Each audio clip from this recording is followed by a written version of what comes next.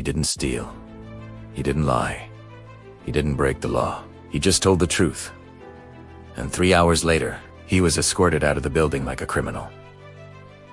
But what his boss didn't know was that firing him would trigger something no one in that company saw coming. Michael Turner had worked at Harlow and Finch Manufacturing for 18 years. 18 years of early mornings. 18 years of never missing a shift. 18 years of believing loyalty mattered. He was a quality control supervisor. The kind of man who double-checked bolts and measurements, even when no one was watching. At home, he was just Dad. A widower, raising his 16-year-old daughter, Lily. Their life wasn't luxurious. Small house, second-hand car, tight budget, but it was honest. And Michael believed something simple. If you work hard and tell the truth, things will work out. He believed that until that Tuesday morning. It started with a shipment. A large order of mechanical parts set to be delivered to a major client overseas. Michael was reviewing final inspection reports when he noticed something strange. The stress tolerance numbers were off.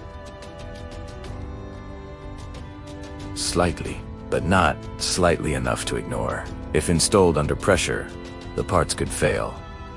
Not immediately, but eventually. And failure wouldn't just mean refunds. It could mean injuries. He rechecked the data, then checked again. The numbers didn't lie, but someone had signed off on them. Approved, stamped, cleared for shipment.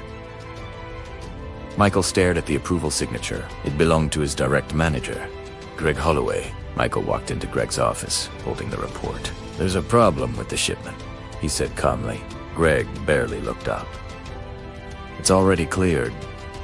"It shouldn't be. These parts don't meet safety threshold."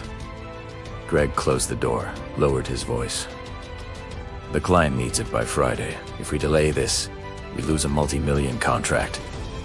Michael didn't move. "Then we delay it." Greg's jaw tightened. "You're overreacting." "No," Michael replied. "I'm doing my job." Silence filled the room. Then Greg said something that changed everything. "Sign off on it. I'll handle the rest." Michael felt it. The invisible line between comfort and consequence. And he chose, "I won't." By lunch, the atmosphere had shifted. People stopped making eye contact. 2 co-workers avoided sitting near him. An email was sent company-wide.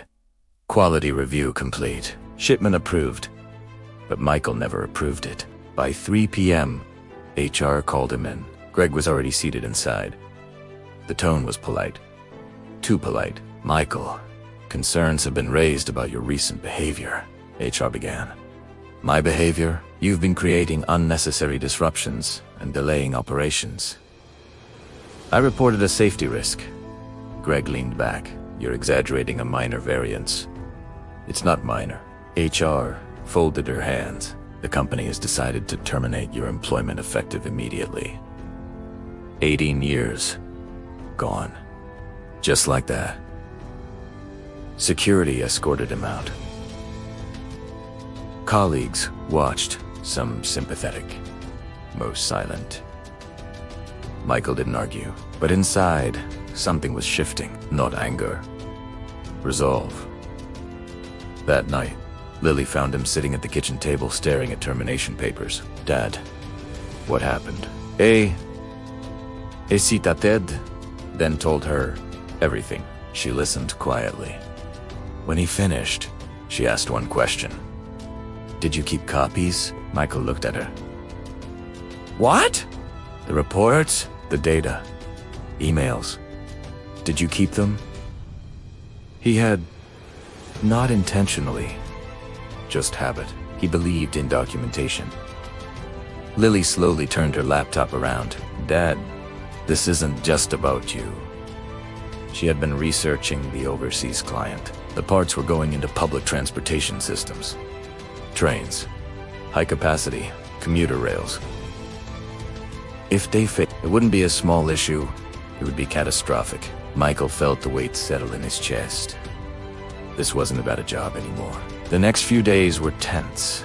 Michael received calls from unknown numbers. One voicemail said, "You're making a mistake." Another, let it go. He hadn't even done anything yet. How did they know he might? Lily grew nervous. Dad, what if they come after us? Michael barely slept. Every car passing the house sounded suspicious. Every email notification felt threatening. He wasn't powerful. He wasn't wealthy. He was just a fired supervisor. But he had something dangerous. The truth. And proof. The pressure mounted when a news article appeared online praising Harlow and Finch for record-breaking international expansion. Greg's face was in the photo. Smiling. Celebrating. Michael clenched his jaw. 3 days later, Michael made a decision. He contacted a journalist. Not anonymously. Directly. He provided documents, inspection reports, internal emails, approval timestamps, evidence. The journalist's voice changed as she read through them. If this is real, this is massive. It's real. You understand what happens next? Yes, he did. Lawsuits, public attention, retaliation. But he also understood something else. If he stayed silent and something happened, he would never forgive himself. That night, he hugged Lily tighter than usual. "I'm proud of you," she whispered. For the first time since being fired, it felt steady. The story broke nationally. Whistleblower exposes safety cover-up in major manufacturing firm. Stock prices dropped. Government regulators launched investigations. The shipment was halted before installation. Greg Holloway denied everything publicly, but internal audits uncovered altered data entries, signature mismatches, time-stamped edits. Within weeks, Greg was suspended. Executives were questioned. The company issued a public apology, and Michael, he received a legal letter. Not a threat, an offer. Reinstatement, with compensation. He stared at it for a long time. Then he declined. He didn't want his old desk back. He wanted his integrity intact. Months later, Micah was offered a position with the National Safety Compliance Board. Not because he was loud, not because he fought, but because he refused to bend. During the interview, the director told him, "We need people who choose truth when it costs them." Michael smiled slightly. It had cost him, but it hadn't broken him. One evening, as they watched the news, a report confirmed new regulations were being implemented across the industry. Safer standards, stricter oversight. Lily looked at him. "You changed something." Michael shook his head gently. "No, I just didn't stay quiet." He had lost a job, but he had kept his name. And sometimes, that's the greater victory. If you were in Michael's position, would you have stayed silent to protect your job, or risk everything to tell the truth? Drop your answer in the comments. Because the truth doesn't just test companies, it tests character. And sometimes, the price of honesty is high, but the cost of silence is higher.